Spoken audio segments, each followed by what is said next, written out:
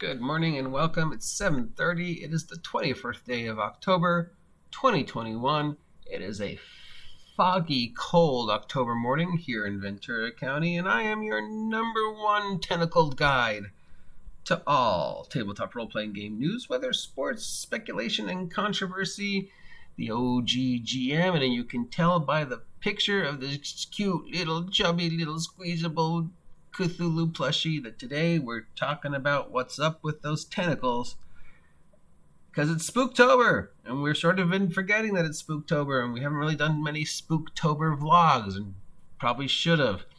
So what's up with the Cthulhu guy and the tentacles and everything? How is it that there are so many products that can use Cthulhu and the likeness of the Lovecraft creations and not get in trouble? But when TSR tried to use it, they did.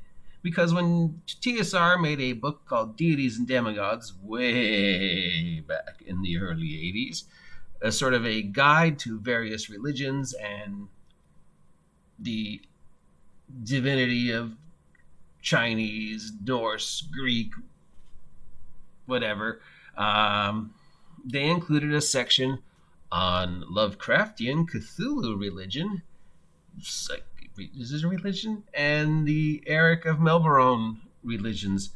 And then they had to reprint the book, and it didn't include those. And then they later changed the name from Deities and Demigods to Legends and Lore because of the whole Catholic thing, satanic panic. So what happened to our tentacled Lord Cthulhu? Why was he in the initial Deities and Demigods but vanished from the second one? And why is it there are so many products with this cute little chubby little tentacled squishy guy on them? I mean, if there isn't a Call of Cthulhu breakfast cereal, which is a joke I'm probably going to use more than once, why not? Because it seems like anybody can make a product using this guy and not get in trouble. Is there no copyright or protection on the imagery that HP Lovecraft created? Well, no. Okay, so what happened with Deities and Demigods? Was there a lawsuit? Was there some kind of thing? Well, it depends on which source you go to. According to one group, they say the reason why Cthulhu and Melbourne was in the initial Deities and Demigods and not in the reprint was because, one, the book was too big, and two, they didn't want to draw attention to their competitors because there were also a Call of Cthulhu role-playing game coming out about that time and an Elric of Melbourne role-playing game around that time. So they removed the Cthulhu and Melbourne, I'm probably saying that wrong,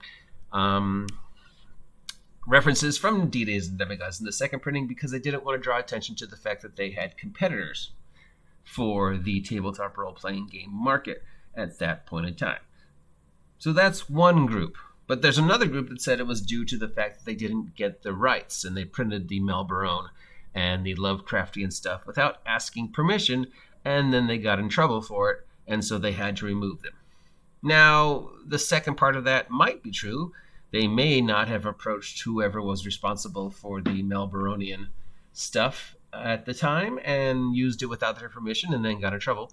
But the first part, using Call of Cthulhu and Lovecraftian imagery without asking permission and getting in trouble, probably is not true because, as we said, pretty much it appears that anybody can make a product using the imagery of our tentacled master, Cthulhu, and not get in trouble. So what's up with that?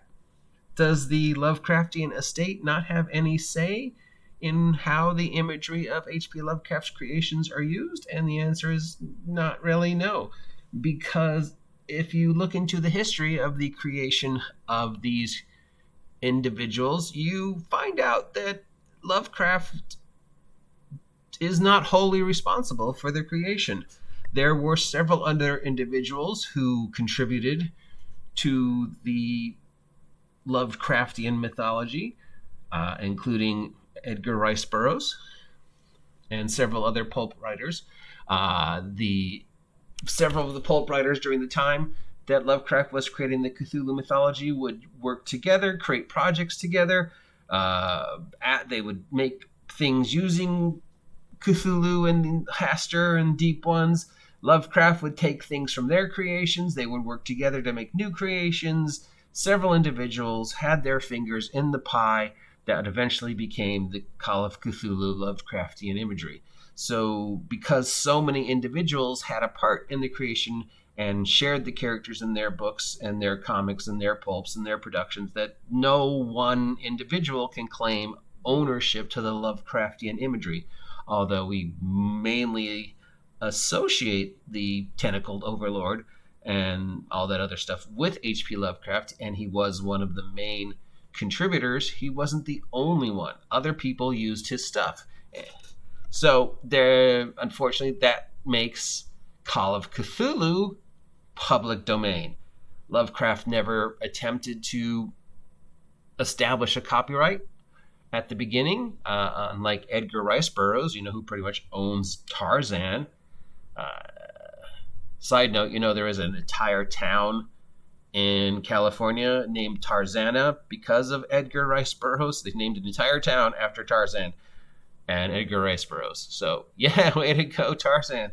Back on topic. So, yeah, the reason why I could go out and make a Cthulhu product right now and not get in any trouble or have to pay anybody any rights is because technically the Lovecraftian creations are public domain. So that's why you see so many things, including this cute little chubby homemade Cthulhu plushie, and people not get in trouble.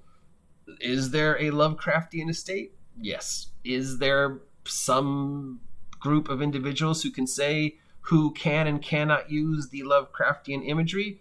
From what I understand, and again, I could be wrong, but from everything I read, the answer is no, because as we said at the beginning,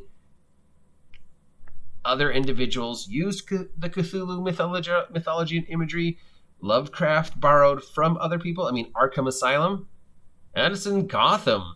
How can DC/Batman use Arkham Asylum and not get in trouble?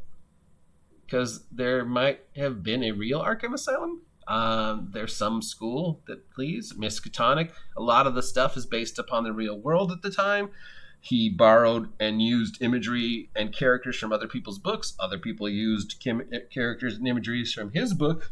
Several individuals are responsible for the imagery that we associate with the Lovecraftian creations. So, yeah, it's public domain. That's why, if there isn't a Call of Cthulhu breakfast cereal, there should be.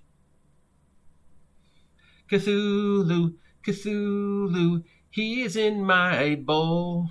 Just add some milk and take a yelp as you take a bite of the squiddy whole. Cthulhu, now in chocolate and peanut butter flavor. Cthulhu the breakfast cereal. I mean, why not? So there's a little Lovecraftian tentacled tempting news information stuff for you. If you have ever thought about making your own Lovecraft inspired brownies, you could. If you appreciate this content, let me know. If you don't appreciate this content, let me know. If you haven't subscribed yet, please subscribe. Help me hit 1,000 subs. Remember, I have many ways you can support me now as well. I now have access to polls.